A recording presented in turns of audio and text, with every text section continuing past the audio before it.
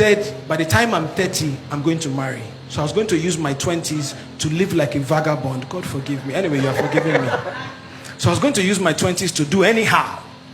And then when I was about 28, 29, I would find the person that I wanted to settle down with. And at 30, I would marry. I'll use 2 years to enjoy with my wife. Then I'll have children, and then we keep it moving.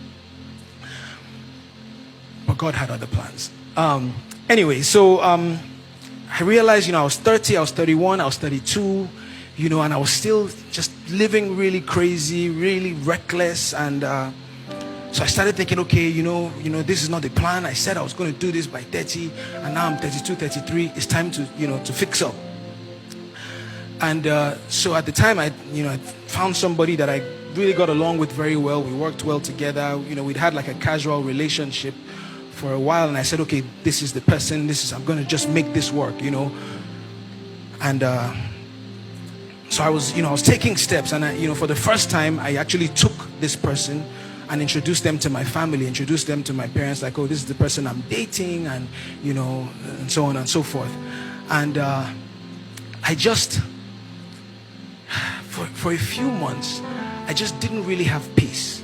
And we spoke during this series that God confirms his word, through his wisdom, and through his peace. Now, the first thing was I just didn't have peace. And then, over the course of a few months, I had 3 dreams specifically about this situation. And God told me in no unclear terms that if I went ahead with my plan, that not only would it bring disaster on myself, even the person that I was dragging with me, it wasn't going to work out for them.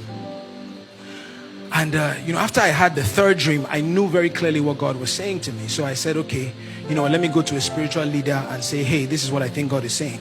And I went to this spiritual leader who I trust, and I said, I had these dreams, and this is what God is saying. Do you know what the spiritual leader said to me?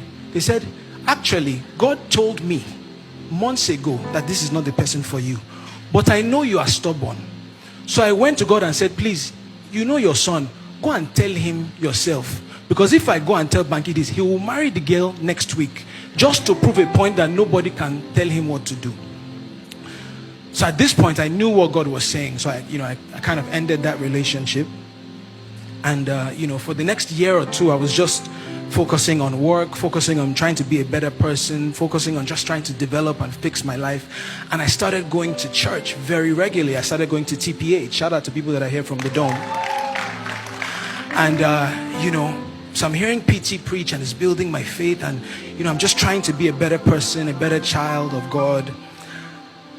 And I had directed a TV commercial for a company, and they were doing a launch event at Oriental Hotel. And I was doing an interview on the red carpet, and I just, I'm talking into the camera like this, and then I just saw the most beautiful sight I'd ever seen in my life. Just walking by me. When you're talking and you're just like,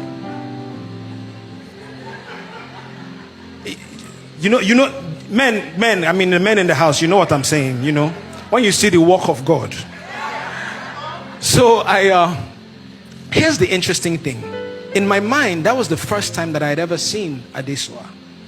But the truth of the matter is, I had actually crossed paths with her every year for the last 3 or 4 years, and I didn't even recognize. Sometimes you are praying for something, but God won't give you the answer because you are not ready to handle it.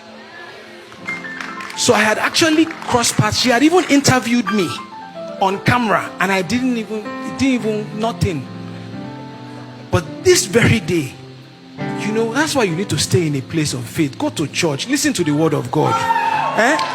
So this day I'm talking, and she come to the Waterbrook. If you don't have anywhere to go, we'll take you here. So she walks by me, and I see her, and I said, oh wow, who is this? And then I saw the person that was working with her. And this one is giving me the eye. Am I okay? Okay. So I saw the person that was working with her, who I had known from times past, and I said, hey, Isioma, who's this? Who's this beautiful specimen? And Isioma said, oh, her name is Adesua. He told me she moved back from Jan. She's an actor. So I got her name, and as a sharp guy, I went straight to Google. First Googled her, read every interview, read all the things. Okay, who is she? What's she about?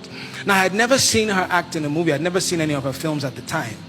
But I could tell from her interviews just the kind of person that she was. She was, not only was she beautiful, she was intelligent, she was smart, she was grounded, she was balanced. I mean, look at the work of God. And so I knew that I was interested. In fact, I actually called my best friend, Tunde, and I said, hey, I found my next girlfriend.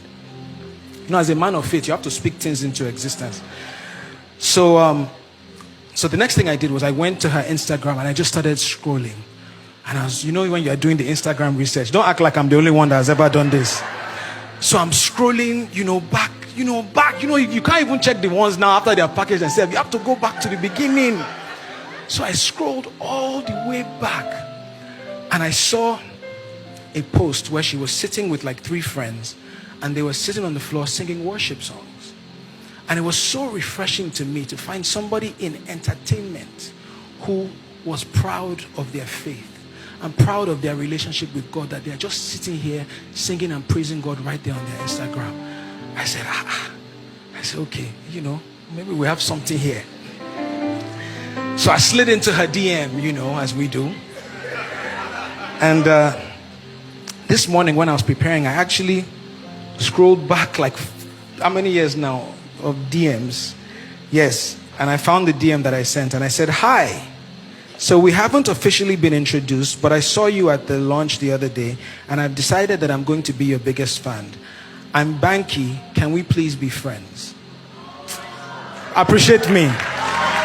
When you shoot your shot, you have to do it with strategy. And then Adesua said this. LOL, hi Banky, I'm Adesua. This is both sweet and funny. It has always been a dream of mine to have a superstar as my biggest fan. LOL, friends, why not? I can do friendship.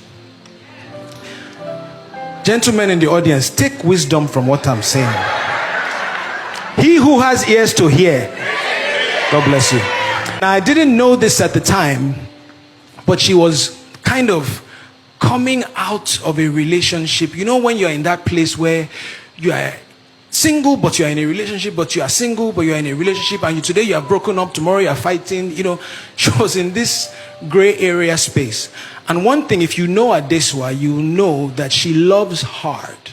So if Adesua loves you, you can kiss somebody, she will still love you. Like, that's just the way she is. And I found out, and that's one of my favorite things about Adesua, is as beautiful as she is in the face, her heart is even more beautiful than that. So I deduced as we started talking that she was still kind of one leg in, one leg out, trying to figure out what was happening with this relationship. But my approach, I said, can we be friends? I didn't say that you want, just friends, friend zone. I willingly put myself in the friend zone. But the interesting thing is that, when God starts to work, right? So we became friends, and then we quickly became the best of friends. We would talk every day for hours. Like, just talking. Now, we're not dating now because we were both semi-public faces. We can't even go out to a lot of places together so that, the Insta blogs and Linda Ikeji's of the world don't pieces your matter before you have even figured it out. So we couldn't even go out that much. So we would just spend every day talking. And we became close and tight and closer and tighter. And I got to know her, she got to know me. We would talk about our lives, our dreams, our families, our backgrounds. She quickly became the most important person that I needed to speak to. Like, I needed to speak to her like I needed air every day. If I didn't speak to her that day, it wasn't right.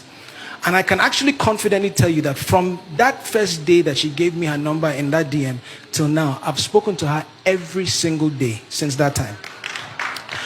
Now, this is happening. So we're becoming closer and tighter, and I'm like, how far with this old relationship? This is not, the destiny is standing in front of you. You are still saying that you are trying to turn a corner. Anyway. So I remember the first time I broached the conversation, and I said, we're so close, we're so tight, why don't we just, make this thing official? And she said, I'm not quite ready, and I'm still going through some things. And I said, okay, no problem. Friend zone is okay. Friend zone, I'm fine, don't worry. We're okay, I'll be here for you. And so we continued getting this process, and I actually honestly think, I'll come back to that. So we're becoming closer and tighter and closer and tighter, right?